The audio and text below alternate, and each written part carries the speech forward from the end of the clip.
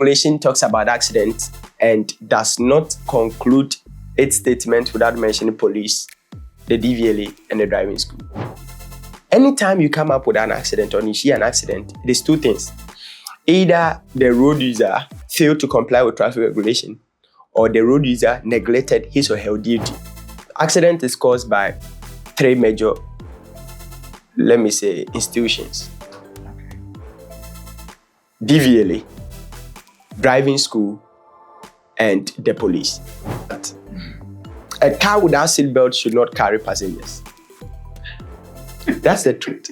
We need to be honest to ourselves in this country. If there's no change, if there's no improvement, it means there's no order. That's true. If someone makes a mistake, biblically, it's human. Nipa to me a mistake. But in driving, to err is death. Institutions fail to do what they are supposed to do. They have failed the nation of defensive drivers, and the end result is accident.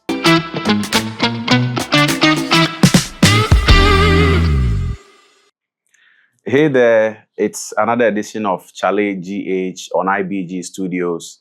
It's your boy, Patinko, Starboy. It will interest you to know that nowadays we have a whole lot of, accidents, if I'll say, on our roads, which is really taking a whole lot of lives, innocent ones, and, what can you talk of? But have you thought of what really causes these accidents? Somebody will say it is spiritual. Somebody will also say it is the carelessness of drivers. What do you think about this? Anyway, today in the studios, we have the CEO of DK Obeng Driving School in the person of Derick Obeng, who is going to help us actually know more about what it takes to be a skillful or, a good driver, and also how to avoid accidents on our roads. Chief, you're welcome to IBG Studios. Thank you, sir. We really appreciate it. We know your busy schedules, but upon contacting you, you made some time to come and be with us to, talk to us about this serious and interesting thing on our roads. You're welcome once again. Thank you, sir. We really appreciate it. That's fine. Yes. So first of all, can you tell us a bit about DK Obeng Driving School, how it started and where it has got to and where it intends to go? Interesting. Okay, so my name is Derick Obeng, as people know me, and most people call me DK. Well, so this initiative came up joining driving school sector. The very first day, I noticed that I think 95% of commercial drivers ends up either being a mate or a washing bay guy, or probably working with one driver in a family, going up and down. They pick up some driving, practical theories, and then they take it out there to move their car. So it just dropped on my heart. I started making inquiries about what would one have to go through before the person can be safe on the road. And, it ended me there, finding myself at a place called driving school in a system. I said, really? Then I'll have to know more. So an uncle of mine who owns a driving school, gave me the opportunity to be visiting him in his office. And by so doing, I started picking up one or two things. And that is how the journey actually started. Wow. That's really wonderful. So in which year did this, occur to you? Well, so I started this in 2014. Oh, okay. So I believe that it's 10 years going to 11 years now when I entered into driving system. Wow. Almost 11 years, more than a decade. Yes. That's really, really, wonderful. But when did it, occur to you that let me start this? And how did you start the whole thing? I haven't had the experience with your uncle, and then, okay, today I want to start, or this week I want to start. So the idea was that when I left my parents, due to one or two reasons, I left my parents. So being in Accra with my grandmom and having my uncle in a house and getting to know that he owns a driving school, I had the opportunity to be around. Because I could drive already, because I had this mechanical background, when I finished GHS, I joined a mechanic shop learning about cars. I had interest in cars, not the brand, but how does the car move? How does the car start? How does certain things work on the car? So my idea was to just join a mechanic shop and learn more things about cars. So when I found myself in my uncle's driving school, I noticed that they take people to driving, and for like some time you feel like the people are driving. And so one day the instructor was just going for practicals, and I said to him that this thing you have been doing, I can do it. And those days they used to call me Kwame. I said, Kwame Tenasi, Kwame, Ebri and Hayakra. So he made that statement, and so I just said to him that, can I sit at the back when you are going for training? He said it's illegal. The only time I can sit at the back is if I have a permit as an assistant instructor. So I said, no, they should do that provision, make that provision for me, so that I just want to see what goes on when they're on practicals. So I had the opportunity to join him, the instructor, on the road. And when we came back, I said, no, this one, I can do it. I had that feeling in me that I can do it. So, I kept learning. I remember very well that one time my uncle could not make it to a theory section. So he called that we should tell the student not to come. And I said, no, I will take up that class. I'll teach them. So I took up the opportunity. I stood in front of students, and my first time introducing how the vehicle functions. Okay. So I approached them from that mechanical knowledge, and when I finished the class, they were like, so all this while you know all these things? No, it gave me that courage. So that is the genesis of me being in the driving school system now. Wow. So having got this, you decided to establish your own. Well, it has been a journey. So when I got those opportunity and I took advantage of that, it took me 3 months.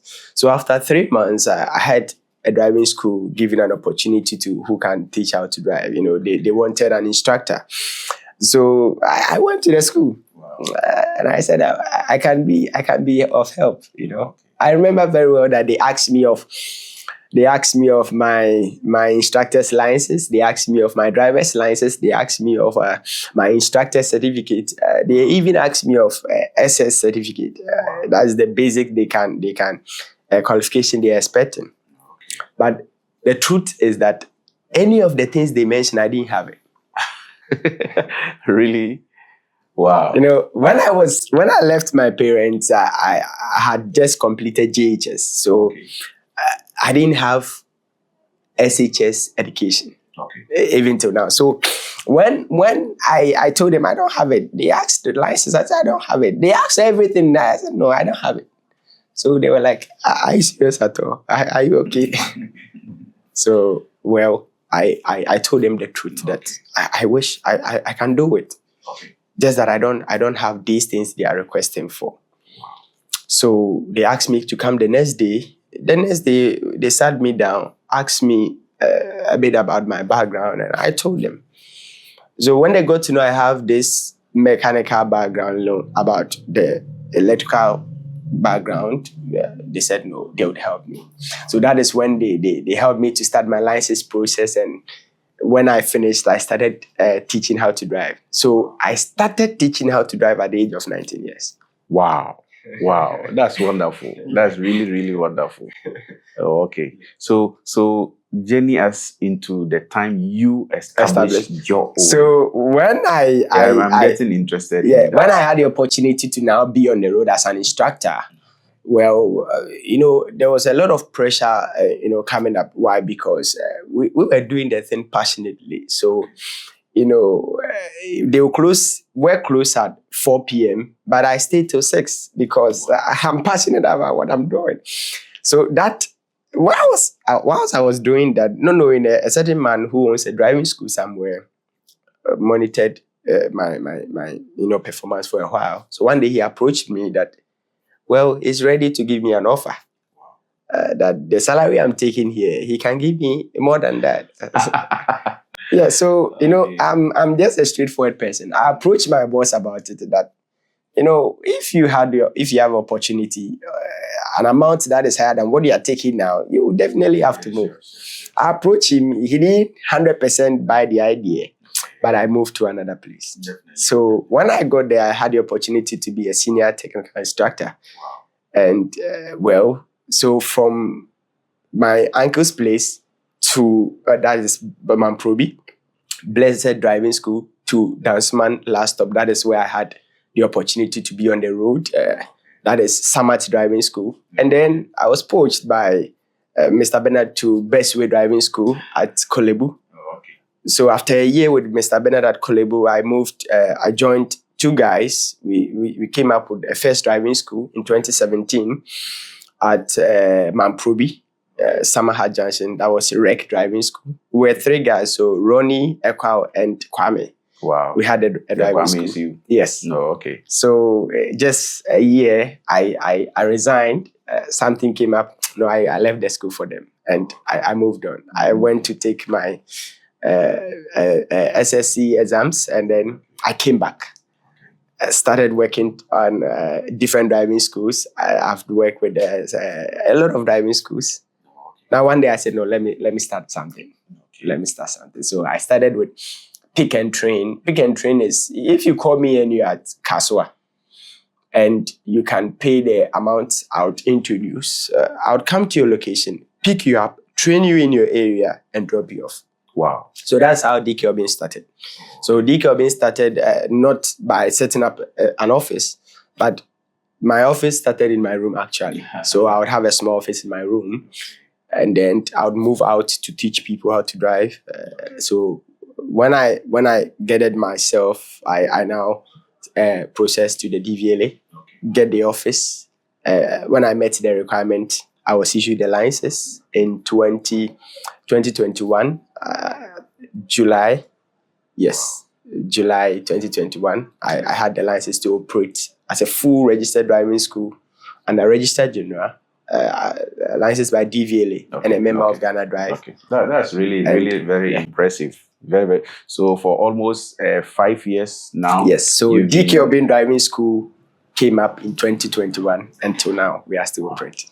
We hope we get more recognition than we have now. Yes. Really, I'm really thrilled and enthused with your passion and the level that you've got to.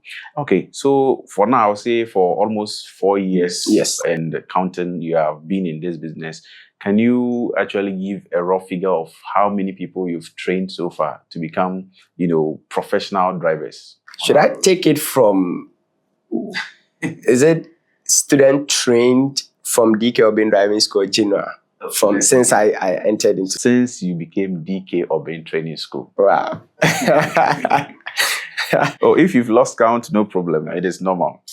I would say I've lost count because let me give you an idea. If we have a tight schedule, that is 6 a.m., we train every hour. We have a student on the road. Okay. So we start training students from 6 a.m. and we close at 6 p.m. Oh, okay. So every hour there's a schedule. And if we have a very tight schedule, every hour there's 2 students on the road at the same time. Wow. So if we have this schedule continuous for a year, you can imagine. Wow. Yes. And we are anticipating to train within a month, 7 weeks, we anticipate to train a set of students, like 50 students. We have to clear them off the system, push in another. Wow. So it continues like that. There has never been a single month that we are not on the road. Wow. So every month you have to... Every time we are every time. This morning, I've trained 4 persons before leaving the office. Wow. That's really impressive. Time. Wow. So in every month, minimum, say 50 We are training every time. Oh, that's really good. We are training. And that's really, really impressive. I was going to ask that. So if I want to be trained, it will take how many days? Okay, so every month.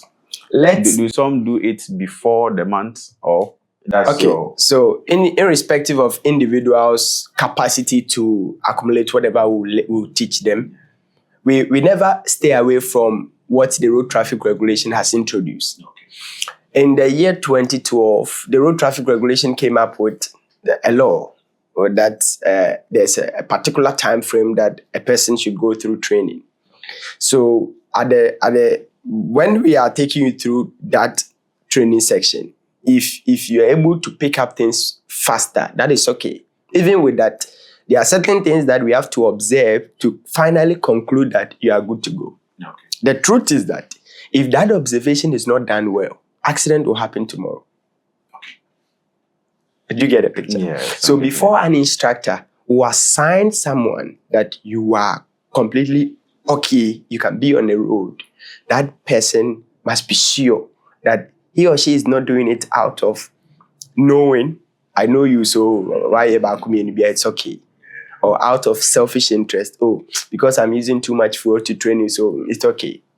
Because we are looking at life tomorrow. That's true. You get a picture. So, it depends on individual capacity to learn. Some are fast, some take time, but it shouldn't be less than a month.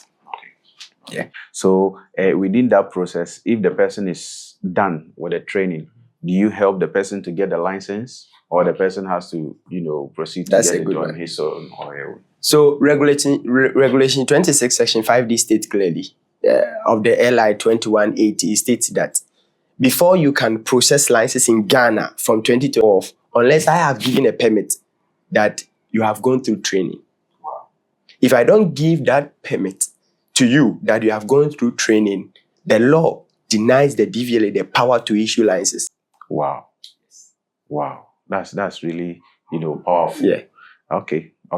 So for that person to be able to get it, good. You have to train the person. Or train. Oh, that's really good. Now that we've got this, I want to know, we have series of incidents on the roads, and as I said from the initial stage, and it has to do with the drivers. Sometimes we blame the vehicle, but if the driver that is, driving the vehicle is, well skilled, they can really avoid certain situations. So what are some of the, skills, or if I'll say regulatory, information a Ghanaian driver should have in order to be, safe on our roads? Okay, I'm really centered around the regulation 26 section 5D, because if you are not trained, the law denies you to even come to the road with a car. If you know how to drive through any means, and you are in your house with your car, the law doesn't have any problem with you. But immediately you want to move from your house and step onto the road traffic regulation states that the person must have been trained by a registered driving institution. Wow. So it is not by fun that people go to driving school. It is now a mandatory requirement. That even though you have the skill, you can move the car, but driving is not only about moving the car. If one lacks the regulation, the person is bound to be involved in an accident tomorrow. Wow. So technically, if I would answer the question, I would say that people are not complying with road traffic regulation. That's the genesis of everything we are seeing today. You get a picture? I'm getting yes. It. Okay. So can you mention some of these regulations that the Ghanaian driver should know, so as to be able to, drive on the roads? Because lives, day in, day out, we hear of, lives being lost on the road. And definitely you can't take away the fact that it is a driver who is driving it. Well, when you look at factors of or causes of accident, let me take it from this angle. Technically, accident is caused by three major, institutions. Okay. DVLA, driving school, and the police. technically. Can you break it down? The road traffic regulation talks about accidents and does not conclude its statement without mentioning police, the DVLA, and the driving school. Wow. These three institutions have a very huge role to play because of tomorrow. If you leave the ordinary Ghanaian, he would want to do what he wants. That's true. That is why regulatory bodies are set to make sure things are done right. If we take this away, anytime you come up with an accident or you see an accident, it is two things. Either the road user failed to comply with traffic regulation or the road user neglected his or her duty. Okay. And let me take it from the duty, then I'll mention the regulation and then I'll give you some of the regulation people ignore. One, if I end up saying that the road user neglected his or her duty, it is when the driver failed to take the vehicle to maintenance. Okay. The vehicle does not move itself to the mechanic shop that, please, service me. It is the responsibility and the duty of the driver to make sure the vehicle is well maintained. Okay. Do you get the picture? That's true. Good. So that duty cannot be taken away. Do you get the picture? It is the responsibility and the duty of the driver to make sure he is fit to drive. Okay. Do you get the picture? Yes. So if you come up with accident, go into details, you note that the driver neglected his duty. Do you get it? I get it. Now let's put this one there. Let's pick the regulation. It is the road user's responsibility to comply with traffic regulation. You know, the country has built a nation of emergency drivers. Everyone is in a hurry. Everyone is breaking the law because emergency drivers are allowed to break the traffic light. And, you know, a lot of drivers breaks it. So that is one thing that we need to know, that when we talk about road traffic regulations, that people to know, the common ones. Why should I think that I need to put on the seatbelt because there's a police officer? In most of traffic, we see it. We see it almost always. Then I don't value my life. If I put on the seatbelt because of police officer, then me, I have no value for my life as a driver. The road traffic regulation has stated that a child that is 5 years, 0 to 5 years, if that child is in a car, that child should not be on the front seat by law. And the fine goes to the driver. If a driver allows a child from 5 years and below to sit on the front seat in a car, it's an offense, and the driver pays the penalty. If any person from 18 years and above sits in a car and fails to put on seatbelt, the road traffic regulation states that the police officer can stop the car, take the passenger from the car, process him to court for him to be fined. Why? He's in a car without seatbelt. Wow. Not the driver, the passenger. Really? Yes. Then I think they are not enforcing this. Yes. And to talk of the seatbelts, you see this public transport, the trotro, if I say, you hardly see any sort of seatbelts in them. The truth is that a car without seatbelt should not carry passengers. That's the truth. Wow. So if we were not doing it before and we want to climb to international, you see, when we need to understand certain things. We want to climb to a certain standard. We need to build the foundation well. That is the only challenge I've seen in this country.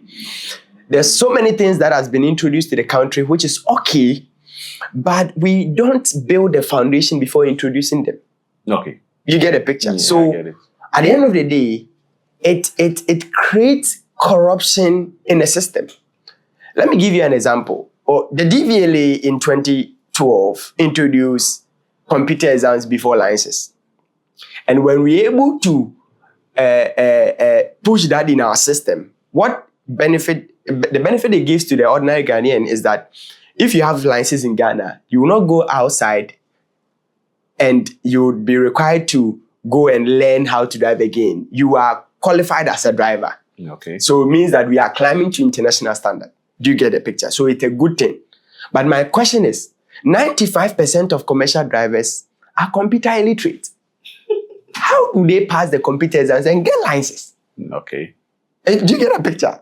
So what they are introducing is good, but the basics, you get it. So it is not wrong with regards to the road traffic regulation saying that everyone have to do these things. The car doesn't have seat belt. It doesn't need to be on the road. We didn't start like that. Ghana, we started where if you can move a car, you are good to go. A point has come that he said it's not only about the car. You need to have knowledge about driving. A law has been enacted. Why don't we pick it from a point that, okay, the cars that do not have seat belts, now there are certain journey you can't take. Because the more the speed, the more the impact when there's an accident. You get a picture. Okay. Now we must be strict that without seatbelt, the car cannot come to the country. One. Without seatbelt, the car cannot be registered.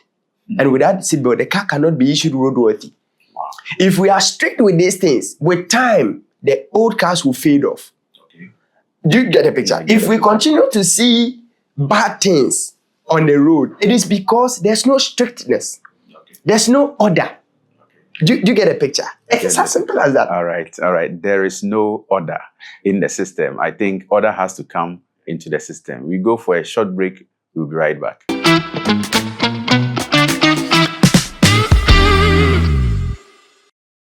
All right, we welcome back to Chal GH on IBG Studios. As I said, I'm with the CEO of DK Obeng Driving School, and I'm sure you are really enjoying our discussion with respect to, drivers and how to, get license and all that in our country. So let's take it from where we paused before the break. You were really giving us,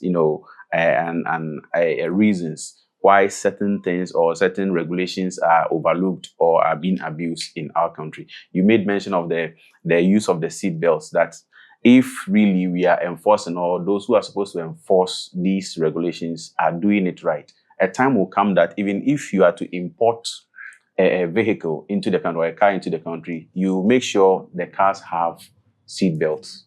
Can you take us from there? Yes. So I ended up saying that there's no order. Okay. We can't be living on I want to choose right words. So, we need to be honest to ourselves in this country. If there's no change, if there's no improvement, it means there's no order. That's true. You see, it's as simple as that. Simple things that we can do. You see, we can't scrap these cars away from the system. And if we are expecting to do it one day, it can never be possible. Because the man who stays at Kaswa with that old car has a family. That's true. And must take care of the family. And that's the car he depends on. You get it? So we cannot be ruthless, like let's scrap these things of the system. No. Yes. We can set standards. If 2012, the law that came up, that everybody that must have license should go to a driving school for training, imagine the drivers we would have introduced by now. If every vehicle that must come to the country should have seatbelt, imagine the cars we would have on our road by now. You get it? Yes. But we've left it, and it keeps coming. And anyone, at a time they will come up, the enforcers will come and they want to enforce the law. Then you catch everybody. Yes, if the police want to be strict on the road traffic regulation, I'm telling you, almost every time, half of drivers will be in court. Wow. Yeah. Do you know one of the common laws that you should know? No. If you are in a vehicle, and your brake light is not functioning, it's an offense. you can imagine that. Wow. Yeah. Wow. So these are the common laws are many. Okay. Laws that are not, being cared for. There are many. Okay. There are so many that I believe that we should set standards. And 3 days ago, I rejected 3 students. They are the age of 13 years. They want to drive. The law says that 18. And when I came to the office, they had already made payment. I reversed their money to them. You know, the truth is that I cannot be going out preaching road safety and preaching the law and be doing something else. God will expose me one day. Yeah. So if it is left, let's go to left. Okay. Let's comply. Wow. If we all get a mindset of complying, Ghana can be better than other countries that we all want to go there. Wow. We don't just want to comply. We just want to be ourselves. Okay. Then don't come to the road. Wow. If we allow individuals to come to the road, I want to be myself, then let's not think about talking about accident, because it will happen. Definitely. Yes, it will happen. Wow. That's an insightful, conversation, and I'm sure you are taking a whole lot of cue from this. And the authorities, I'm sure they will be watching, and I expect them to do the needful, because somebody said you only live once. And when you hear of these road accidents, sometimes you see how gory they are, and you are like, come on. And as you said, it is caused not only by the drivers, but by authorities too. And I think we should do the needful. Now, I want you to pinpoint some of the major causes of road accidents in our country. The major causes, at least let's say 3. Okay, so yes. I've already mentioned authorities. Yes. I've mentioned people failing to comply with road traffic regulation. I've mentioned the drivers neglecting their duties. Yes, I want you to target the drivers, the side of the drivers especially. Now, anytime a driver does something that causes an accident, we can mention these physical factors that affect drivers that leads to accident. A typical example is when a driver is drunk. Okay. The road traffic regulation has mentioned that the percentage of alcohol in a person who is behind the steering should not be above 0.08. So in case you go to a gathering, let's say you are 3, and one takes 1% alcohol, one takes 0.5% alcohol, and one takes a cup of alcohol, none of you is fit to drive. Wow. Because the regulation requires 0.08. You get it. So if anyone goes about saying, "Oh, me, if I take 1 alcohol, percent alcohol, that's how I'm able to drive," you are deceiving us. You get it. Yeah. So alcohol is regulated by law. Okay. Another thing that affects the driver that leads to accident, which has been happening, anytime I hear of accident, I just go by this is the cause. Sometimes I can just hear accident and I won't even go to the scene. I'll tell you the cause of the accident. Tiredness. Really? Tiredness. Our commercial drivers do not sleep. They wake up very early. Let me give you an example. The women that goes to market at dawn, they don't walk and go. They go with cars. Yeah. And it's these commercial drivers. So they wake up very early and they sleep late. Under normal circumstance, the Ghana Highway Code advised that, when I say Ghana Highway Code, it's a state-recognized learning material, which every country has it. So you get something like the UK Highway Code, US Highway Code. Unfortunately, it's just, I think this year, that since 1974, Ghana, we updated our highway code. You can imagine. Wow. Meanwhile, I did a follow-up on UK's highway code every year. The reason why they were able to update the highway code is that before you update the highway code, you have to update the road. Okay. So you make some changes on the road, and then it will reflect in the highway code. When was the last time you saw a change? And when we are calling a change, not maintaining road. No, maintaining road is different from changing a road. A typical example, Ghana motorway, which I call Oware, is now due to be converted to a highway. Because under normal circumstance, a motorway does not allow pedestrians, cyclists, motorists, animals, and all these things. Yes. But now, because of the people living around, that road should be converted to a highway by now. Yes, a motorway does not allow users like pedestrians, cyclists, motorists to be using it. And the people still approach Ghana motorway as they are approaching a motorway. I wonder, seeing people speeding on the motorway. It's not a motorway. It's a death trap now. It has a lot of potholes. I call it a worry. You know worry? Yes. No worry. So that should be converted. Did you get it? So why are we doing this to ourselves? Is it a leadership failure? There's no two ways about it. I'll be blunt and be fair with Ghanaian leaders, I feel pity they feeling proud to tell people they are leaders of this country. I'm being honest with you. As a young Ghanaian, and from where I've lived and from where I am now, and the observation I've done, if I should be a leader in this country, I'll bow my head in shame looking at the country moving for a decade, years pass by. There's no improvement, there's no change in the country, there's no change in the system. And we are proud being in V8 and traveling with first class, go up and down, and we are proud of ourselves being leaders in this country. It's a shame. A lot of people end up saying we go out there, they see things and they come. It's a shame. They see good things. They see good leadership. They see things that they can implement it gradually. But it comes back to selfishness. If you don't take selfishness away, Ghana will continue to be like this till 100 years. Nobody can change it. You get a picture? Yeah. Yes, because what is selfishness? It's when I've been given the money that I should construct a road and the person who gave the contract will want to take 20%. So by the time the money gets to the contractor, the money is finished and you just do anything. So I cannot change that statement that leadership has failed the country. Because if I do something wrong and the leader cannot put me right, he's part of the failure. Yeah. Yes, I've been given a contract. I didn't do it. And because of selfish interest, probably I had a hand in it. I took a percentage, so I can't talk. He didn't do the job well. We know, but we can't say it. The ordinary Ghanaian can't say it. The one who gave the contract can't say it.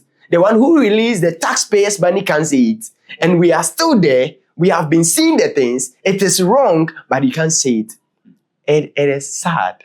I feel pity for how things are going on in this country. But I believe it's going to help us one day. Okay, so one, tiredness, two, drunkenness. Yes, so drunkenness, tiredness. Do you know that when someone experiences fatigue, I did a research and I noticed that if you take in an alcohol, if you don't sleep for 24 hours, you are like someone who has taken an alcohol of 5%. Wow, that's so you don't sleep well. Yes. All right, that's very interesting. That if you don't get enough rest, it's like you've taken 5% of alcohol. Please, can you stress? What I said is that if you don't, after a research, and I had this research from an institute in the US. They did a survey, they did a research, and they came out that if you take an alcohol of 5%, you are like someone who has not slept for 24 hours.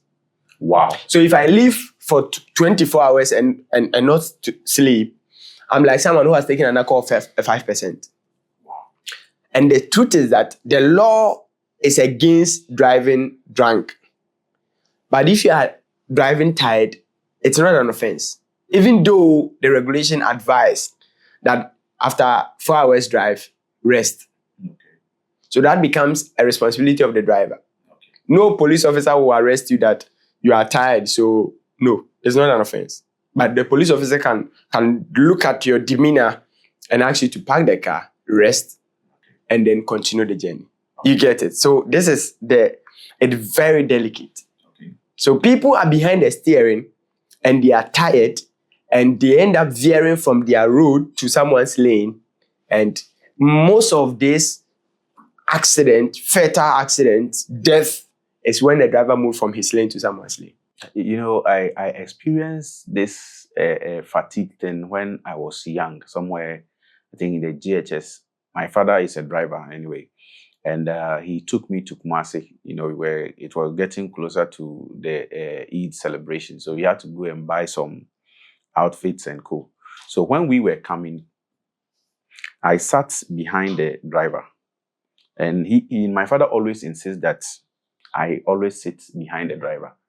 If he is alone, he will do that. So I sat there and he was here.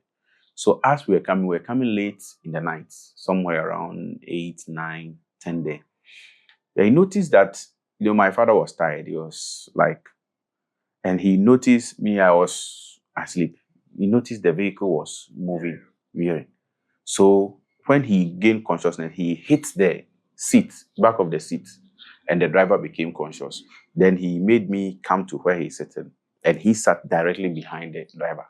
And trust me, we didn't sleep until we arrived at our destination. So with this fatigue, driving, I think it's a serious issue. Yes. So we've got this. Is there any other? There are more. I thought that most of the accidents was caused by overspeeding, because I thought that if a vehicle is moving in a normal pace, there's no way there's going to be an accident unless there is overspeeding. If not by the driver himself, maybe another driver too in another vehicle who is overspeeding. Because you see how the accident happened. If the car is moving at a normal pace, when you ask me, when there's a crash or there's some sort of fall, it won't be that fatal. That's my view anyway. That's not bad. Let me clarify this. Okay. By regulation, when we say overspeeding, it's simply breaking the speed limit of a road. Okay. So if a city should have a speed limit of 30, if you go 31, that's overspeeding by law. Okay. So when we walk around the word overspeeding, then the regulation will see anyone that goes above the speed limit introduced as overspeeding. Now, let me take it to where you are coming from. Overspeeding is beyond the law, because if motorway has speed limit of 100 meter per hour and I'm on 80 meter per hour, that's not overspeeding. You understand? But when it is beyond your control, a speed beyond a driver's control, I'm sure you've heard a statement like, on sound toasty, and I say, yes. Good. So a lot of people speed not because of anything. Some do it for fun. I'm sure you've seen a young guy in a car and he end up accelerating at a tall speed and get to a place and brake. Yeah. So some speed for fun. Some speed to show off. When I did a research about why people speed, I came out that it doesn't even make sense. Because some speed because they are catching up with time, they are getting late to a location or something. So overspeeding is one of the factors that drivers go through that causes an accident. But we have moved beyond the legal overspeeding to a speed that is above the driver's control. Do you get it? Yeah. Yes. So that is why the law does not permit a learner driver to use the motorway. Okay. Not even the highway. So no driving school or no learner driver should be on a road that has a speed limit above 50 meter per hour. Wow. Why? Because it will be difficult for you to control at that level, at that speed. Okay. You get it. So that is. So you are right. So when you speed above your control, yes, accident can come up from there. That's very interesting. So how much of a role do the driver's training and education help to reduce, if I'll say, road accidents? I would say a huge role. Okay, can you elaborate on it? If the driving institution fail to do what they are supposed to do, they have failed the nation of defensive drivers, and the end result is accident. Wow. So that is why the driving schools are regulated by DVLA. Okay. So if a driving school fail to comply with the regulation, we follow regulations, the kind of training we are to give. In a nutshell, no driving school should leave a driver or come out with a driver who is not a defensive driver. Okay. A person with a mindset of safety, a person driving to prevent road crash. That is, so we are all trying to catch up with standard. But immediately the driving school failed to give or produce an unstandardized drivers, we are not safe. So we are not looking at skilled driver. We are not looking at experienced driver. We are looking at a driver who is a standard driver. And a standard driver is a defensive driver. It's simply, it does not do much. He just comply the regulation. So the driving school play a huge role. And I'll repeat again. If the driving school fail to comply with the traffic regulation, they have failed the nation of defensive drivers, and the end result is accident. Wow. Yeah. Oh, okay. That's nice one. So now talk of new drivers. When a driver passes out and then comes, onto the road, if I'll say, what are some of the common, mistakes some of them make that should be avoided? So I'll answer that question, but let me clarify this. Okay. Under normal circumstance, when a person goes through the basic driver training, the person shouldn't make a mistake. Okay. Biblically, in the Bible understanding, to err is human. It means that if someone makes a mistake, biblically, it's human. Nipa to me a mistake. Yeah. But in driving, to err is death. Are you following? Mm-hmm. So if we ignore the fact that we don't need mistakes on the road, and we end up saying that, saying mistakes, then accident. Okay. Then death. Then damage to property. Then injury. So the reason why accident happen is because our mindset is that, accident, the ABC. No, it's not true. It's never true. So if we want to do away with accident from the perspective of Elena, take it from your mind that it's a same accident and some idea, you will die. So that mindset should be off. Okay. Most of the time when people pass through, they end up saying, I want to get a car and use it, a small car and use it so that I'll scratch it for a while. You die. Don't go and risk your life. If there's anything that you cannot do right, a lot of people in my institution, my students will let you know. I'll ask, if we give you a car right now, what is your challenge? If that challenge is there, even if you are done with the course, we give you additional 2 or 3 sections to make sure you are okay. Do you know the secret? The secret is that if I pass out on standardized drivers, they can kill me tomorrow. Yeah. Because I'll be walking on the road as a pedestrian, and a driver that I've trained, who is not on standard, would veer off the road and kill persons, and I'll be part. If we know that, if we hear that a vehicle has veered off the road to kill pedestrians on the pavement, ask yourself, what if you were there? You would have been killed by a car. So that is why it boils back to, it is everyone's responsibility. Okay. So if you're a learner and you think something is wrong, go back and correct it. Okay. All right. Don't come and risk it that, I'm a learner. There are some mistakes that I'll do. It's death. In driving, to err is death. And we can't risk it. Do you get it? Yeah, that is the truth. But the ordinary Ghanaian want to hear that if you finish driving training and you're a learner, one of the things that I'll advise you is that don't speed above your control. I'll advise you, don't speed above your control.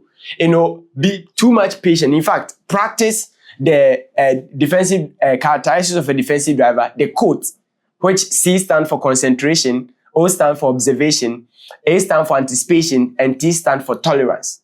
If you're a beginner driver on the road, please don't risk it. Practice these things that you have learned, and you'll be safe. So concentrate at all time. Make sure your concentration level is 100%. Make sure your observation level is 100%. Anticipation should be 100%. Please, if you want to drive in Ghana and drive safe, make sure you can tolerate.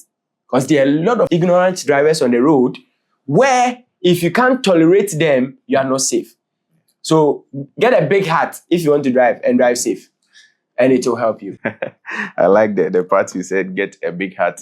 So sometimes in a trotro, in a car, you see the exchanges of drivers, and it is interesting to watch sometimes. The sort of, words they threw about. I say, oh, Charlie, These ones. All right. You said that, road safety is a shared responsibility. And as a matter of fact, everybody has a role to play, not only the driver. So what are some of the do's and the don'ts that, both drivers and, if I'll say, pedestrians or laymen should observe? Drivers should not So let me mention some don'ts. Drivers should not come to the road if they are not on standard. Okay. We are in a country where people move car on the road and they are be like, oh, me yena mean somewhere day. It's about life. Do you get it? Don't try it.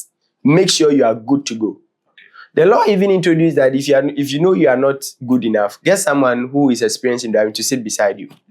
For the person to coach you and guide you. The law has introduced that. You get it? Yes. So don't try it. There are a lot of don'ts that you need to practice. I've mentioned make sure you don't step on the road if you are not on standard. You get it? Please, if you have not been issued driver's license, don't come to the road. Wow. Is there any consequence when you break that? I believe that if you hear the consequence, you will say that let's go back to the road. It comes with an offense if you drive without license. It is, if you don't have license, it is an offense. B, you are behind the steering without license, it's an offense. You get it? You have the license, but it's invalid, it's an offense. You have the license, but it's not with you in the car, it's an offense. Wow. Did you get it? Yes. What if you have a picture of it? No, the regulation didn't introduce a picture. So the regulation mentioned that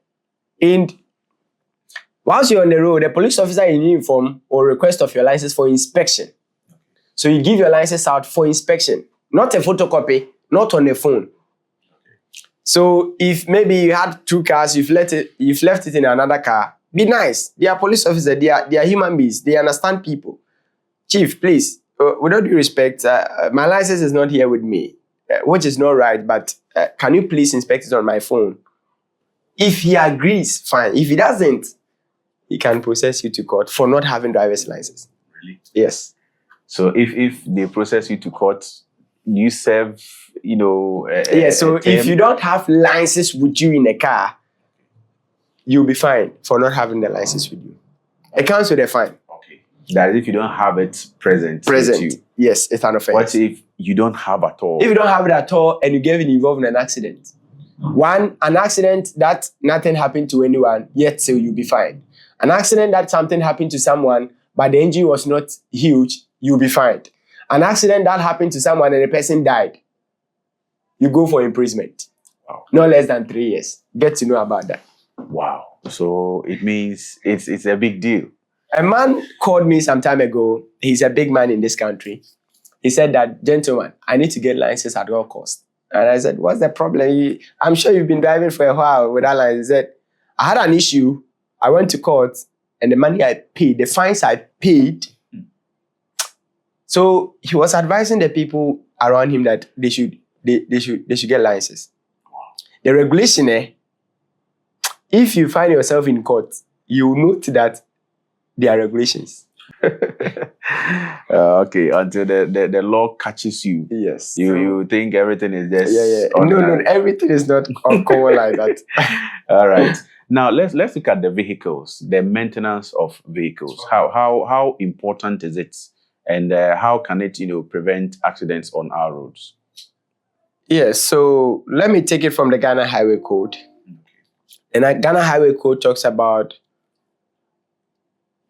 principles of accident prevention, and it diverted to one of the principles. They mentioned one must be able to stop. Okay.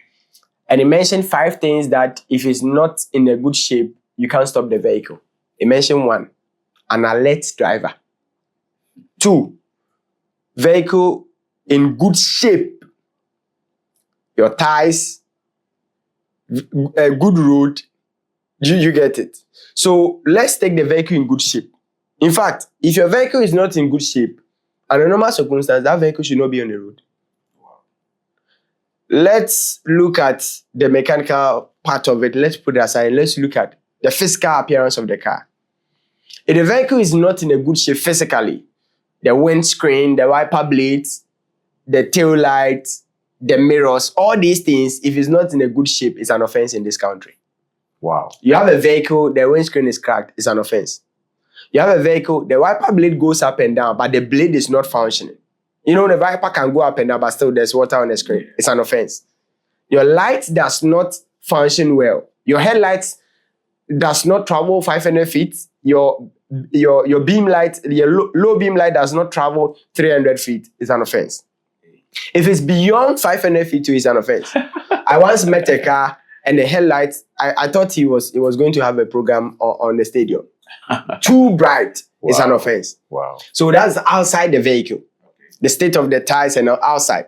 Now, when you go to inside, the law does not come inside where the vehicle brakes has a problem. So now it is a responsibility of a driver to make sure your vehicle is well maintained. Why? Because that is when the unexpected comes in. So the unexpected in accident, accident is an unexpected event. The only time the unexpected is effective is when the vehicle is not well maintained. So anytime the vehicle is not in a good shape, then let's wait for accident. We are just riding on, we are just risking life. So poor vehicle maintenance plays a very huge role when we are looking at accident. Yeah.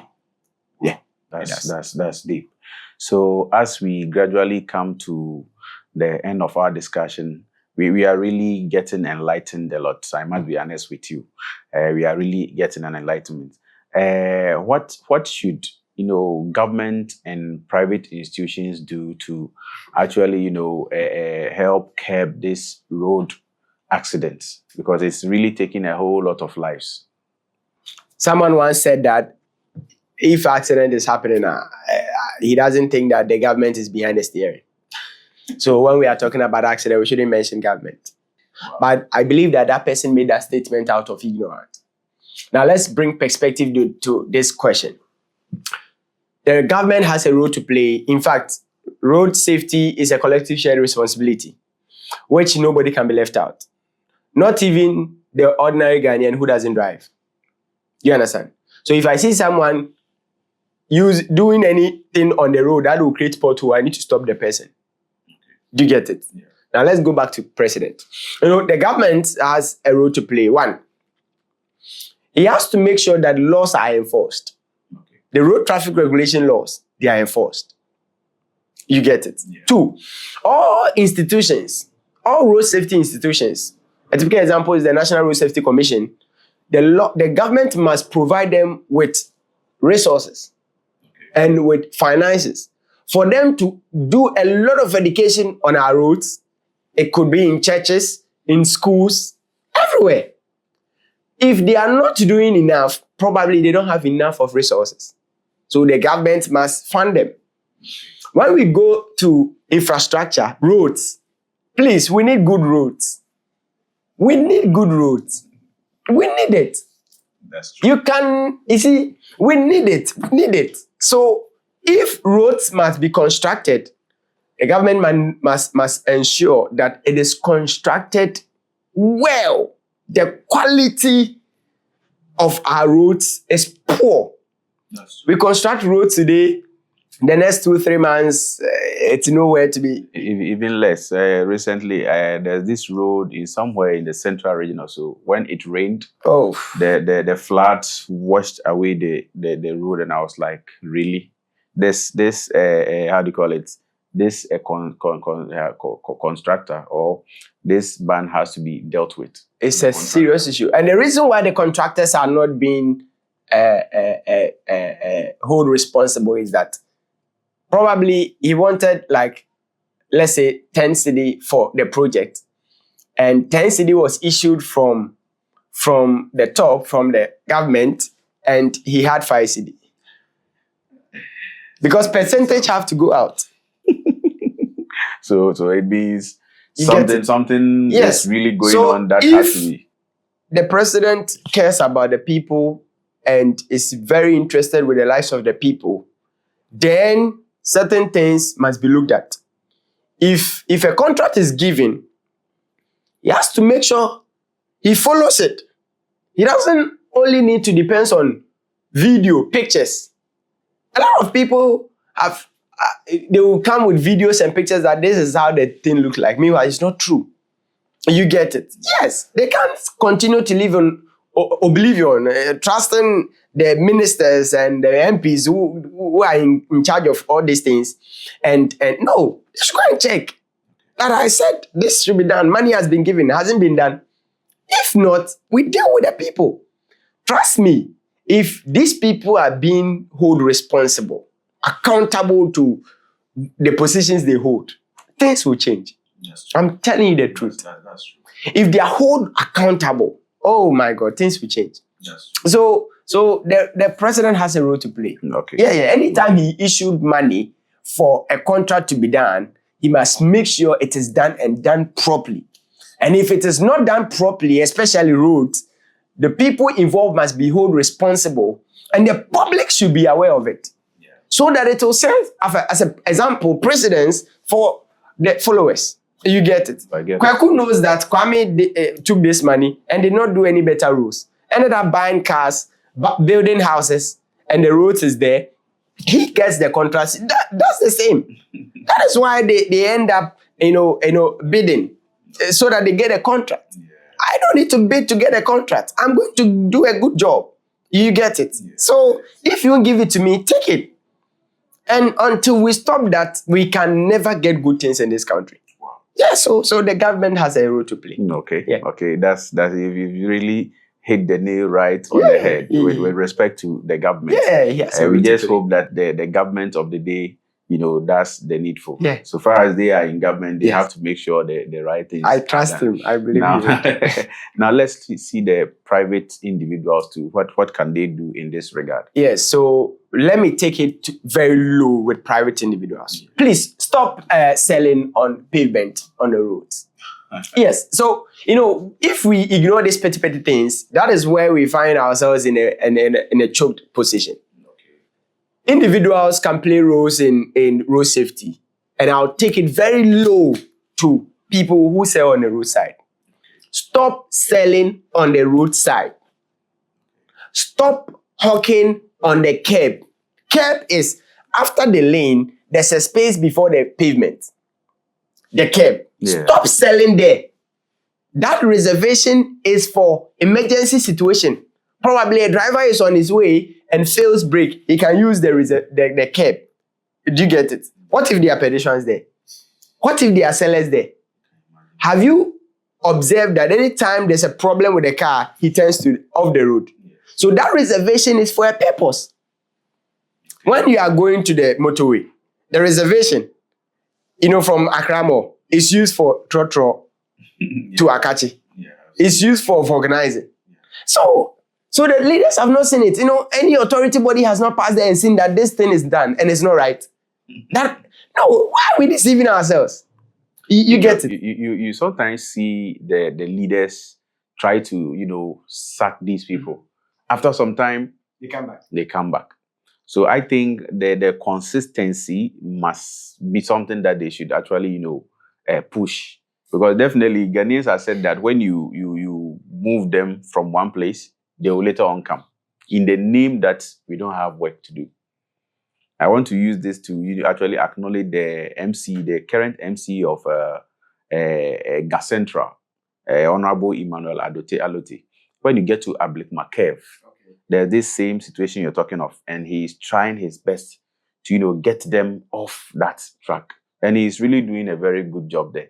So from this advocate that you're making, I think I'll say kudos to him, and he shouldn't just relent. He should go ahead to actually do the needful, and trust me, as you said, it is going to actually help control the road accidents there, and also the traffic.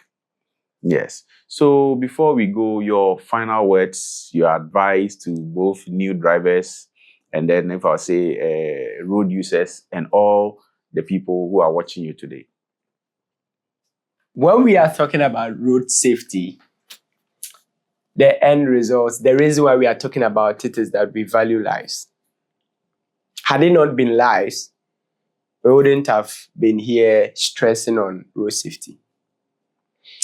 So if I value your life, why don't you value your life yourself? This exercise that the MP you mentioned is taking. Yeah, it's a MC. It's just care about the people. Yeah. Because a car will just lose brake and pass there one day and kill many. And we now have to go and sympathize with them. No, we don't want to allow it happen. So please, if you're a road user, pedestrian, cyclist, motorist, and whoever you are, if you step foot on the road, have a consciousness that your life is in your hands. The activities, the behaviors, the mannerisms, everything that you do on the road comes back to a question that, do you care about your life?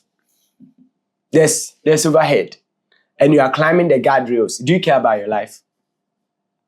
You are crossing the motorway as a pedestrian. Do you care about your life? So everything that we do on the road, we ask ourselves, do you care about your life? You are doing wrongful overtaking. Do you care about your life? You get it. The vehicle is not in a good shape. You are using it to carry passengers. Do you care about your life and the life of the passengers? This is a question everyone must answer. Take good care of yourself. Life is very important. I care about you. That is why I'm much interested in road safety. And I believe it's time you have to care about yourself. We'll get there. Surely.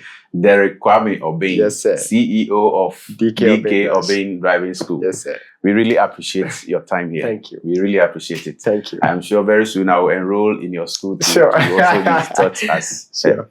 So, dear listeners and viewers, it has been another episode of Chal GH on IBG Studios. I believe we've learned a whole lot from this episode. Yes. Don't forget to like, subscribe to our channels, all social media platforms. We are there. Chal GH, IBG Studios, Patinko Starboy. Until we meet again, it is bye-bye for now.